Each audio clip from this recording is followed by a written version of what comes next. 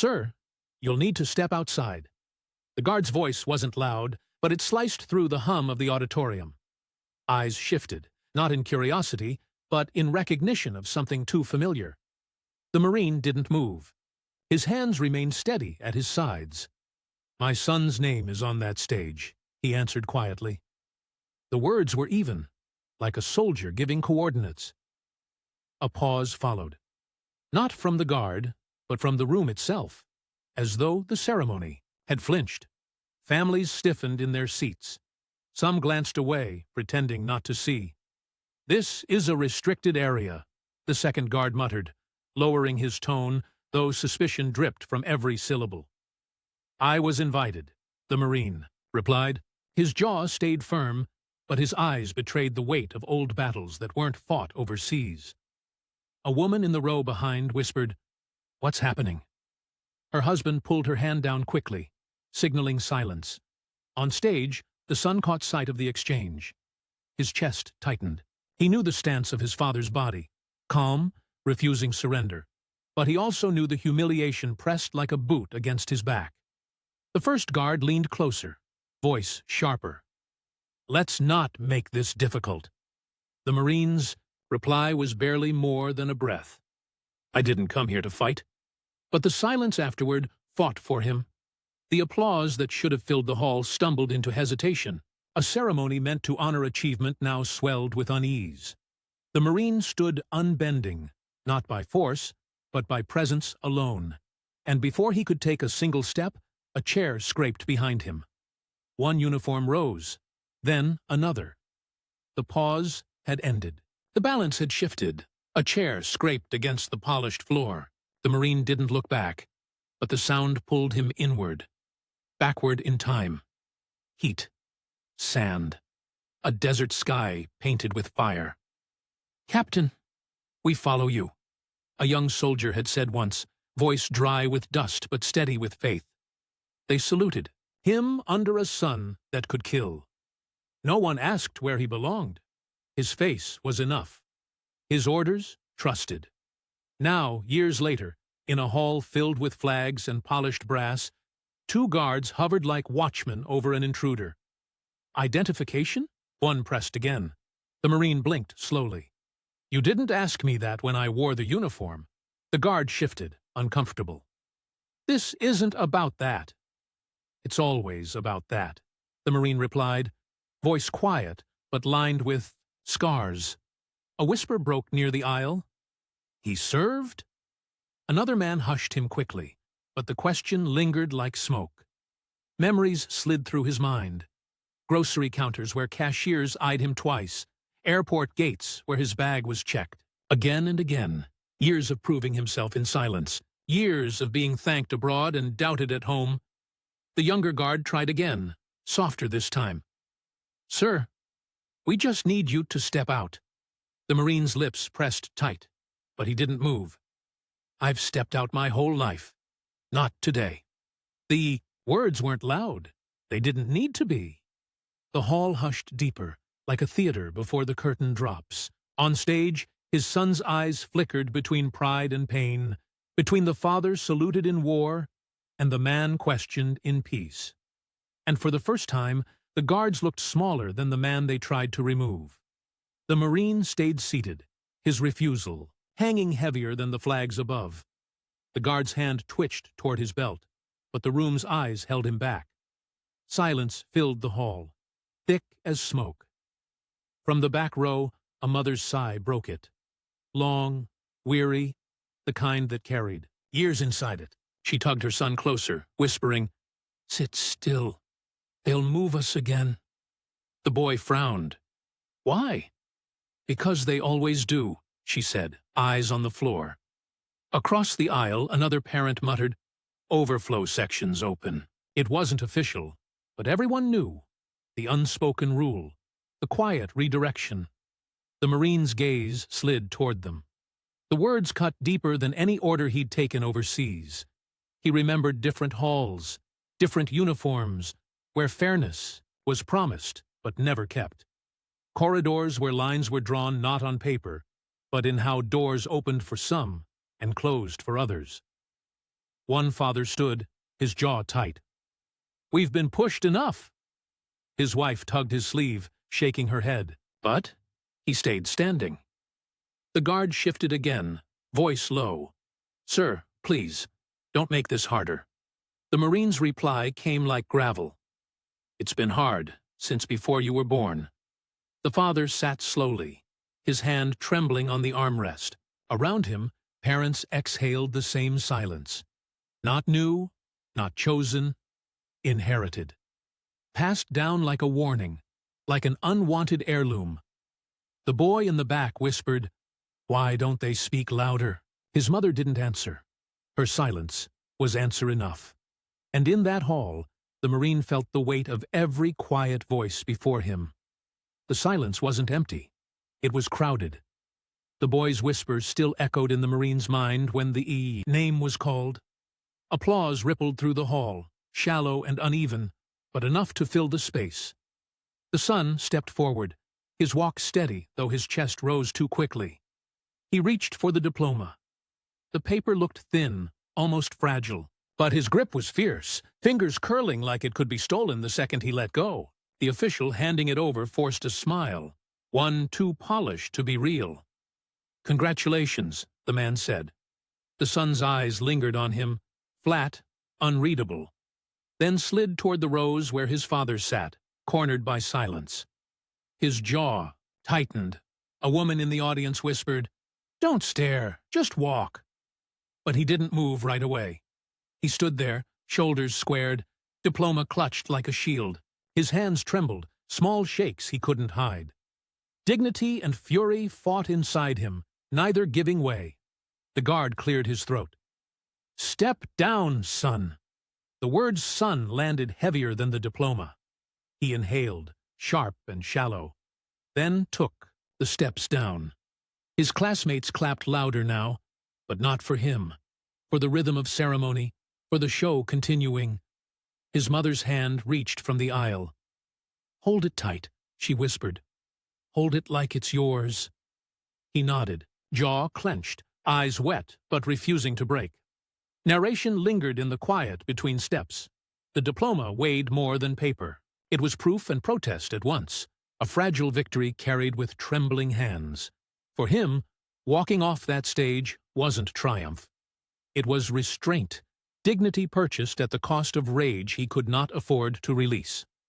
The boy sat back down, diploma pressed against his chest, the tremor in his hands still visible. The room tried to move on, but something had shifted, a silence heavier than applause. A reporter leaned across his notepad, voice low but sharp. Another incident, same story. The man beside him, an older officer with folded arms, didn't look up. "Always the same," he muttered, almost to himself. The reporter scribbled. "People will read this," the officer shook his head. "They'll forget tomorrow. They always do." But the whisper carried. 2 rows back, a woman turned to her neighbor. "Did you hear?" The neighbor nodded. "We've all heard, just not supposed to say it out loud." The sound wasn't noise.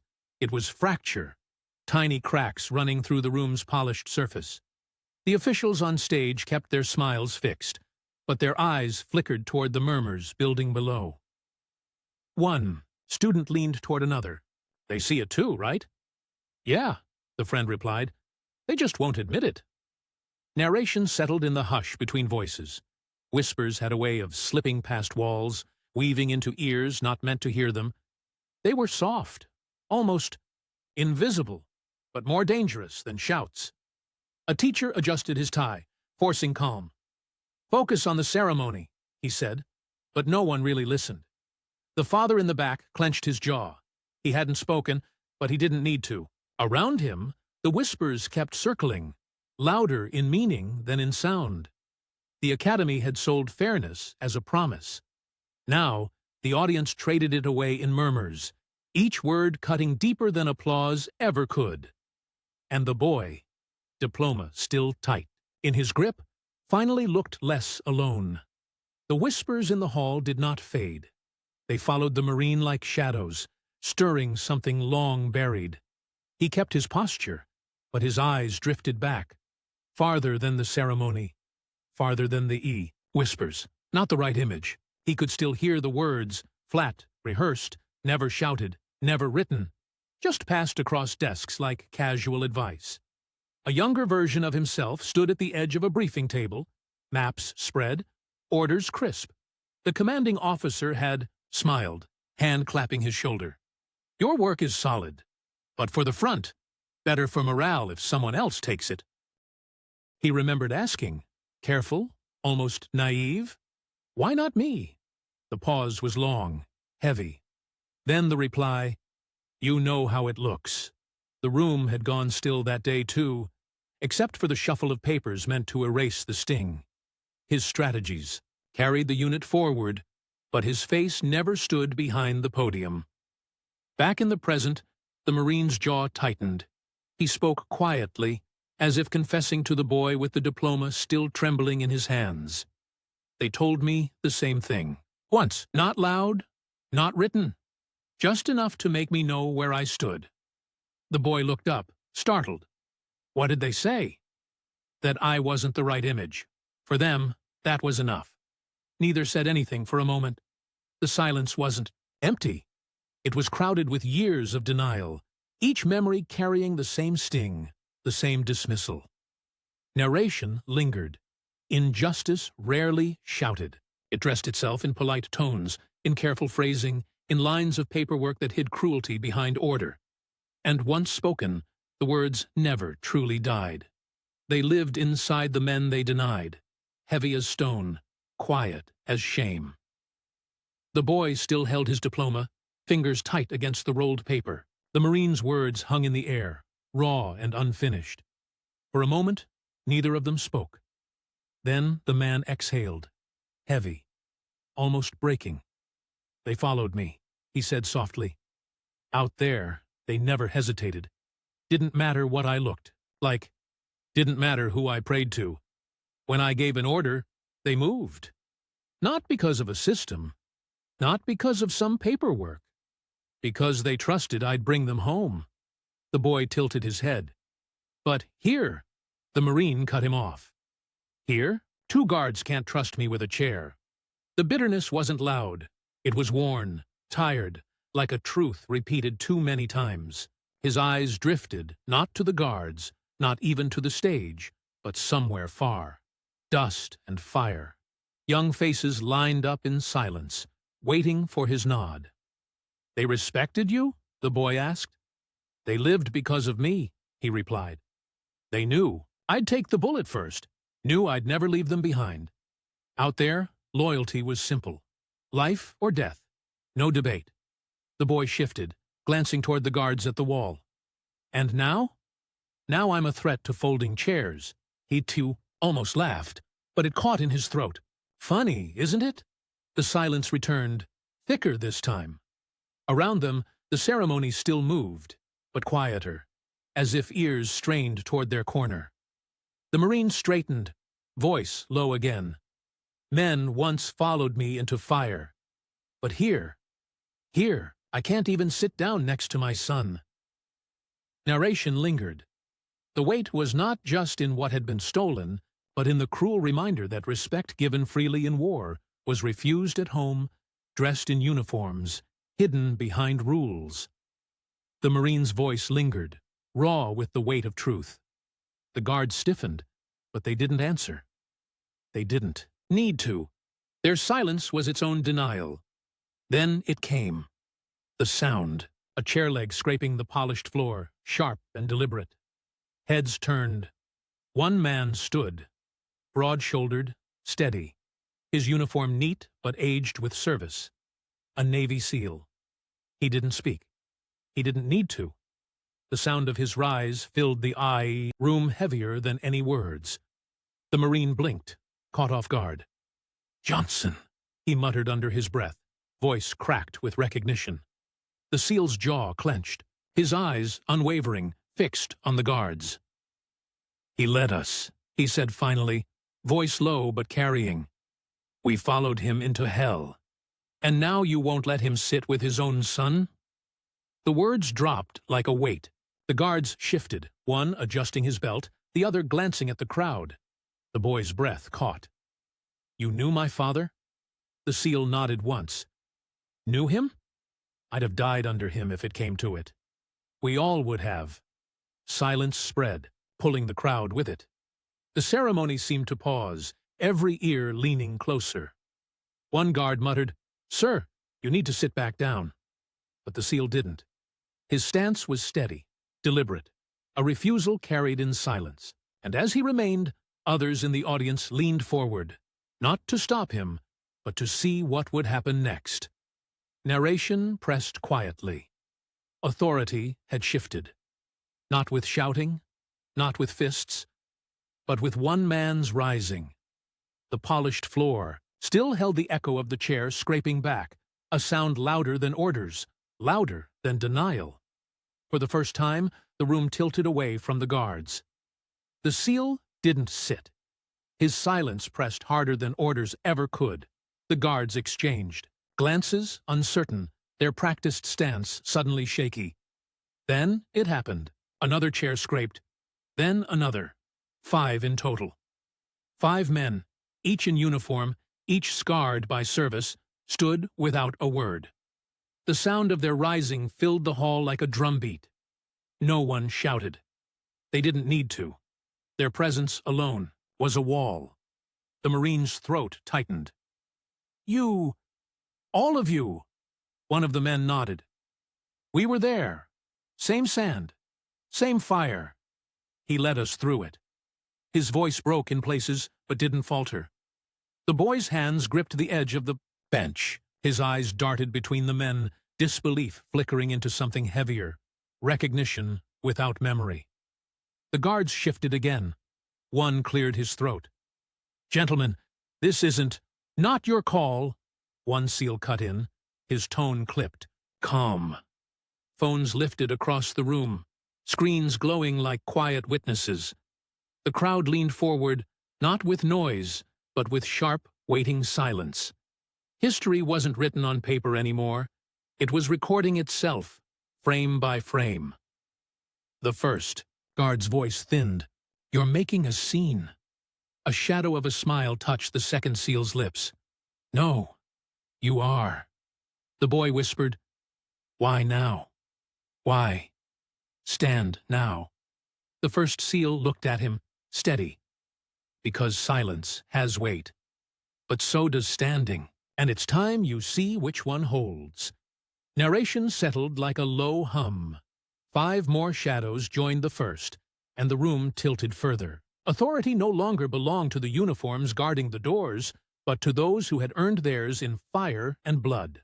Stillness had turned into the loudest sound in the room. The guards stood stiff, but their eyes betrayed them. 6 men, silent, unflinching, had shifted the ground beneath them. One guard whispered almost to himself, "This isn't right." His partner shot him a look, sharp but nervous. The first SEAL tilted his head, then stepped back. "Nobody's stopping you."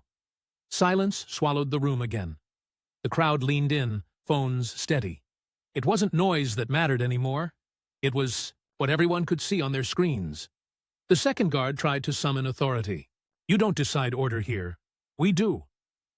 But the words cracked, thin, stripped of their usual weight. A man in the back muttered, "Not tonight, you don't." Laughter didn't follow, just a heavy stillness, sharper than any shout. Farfaudi, boy's chest rose and fell, shallow breaths. He wasn't speaking, but his silence was no longer weakness. It had become an anchor. One of the SEALs took a single step forward. Nothing threatening, just a movement that said more than 1,000 speeches. The guards leaned back, as if the step itself carried force. The lead guard's face had paled. His jaw worked, but no words came. For the first time, the script had been taken from his hands.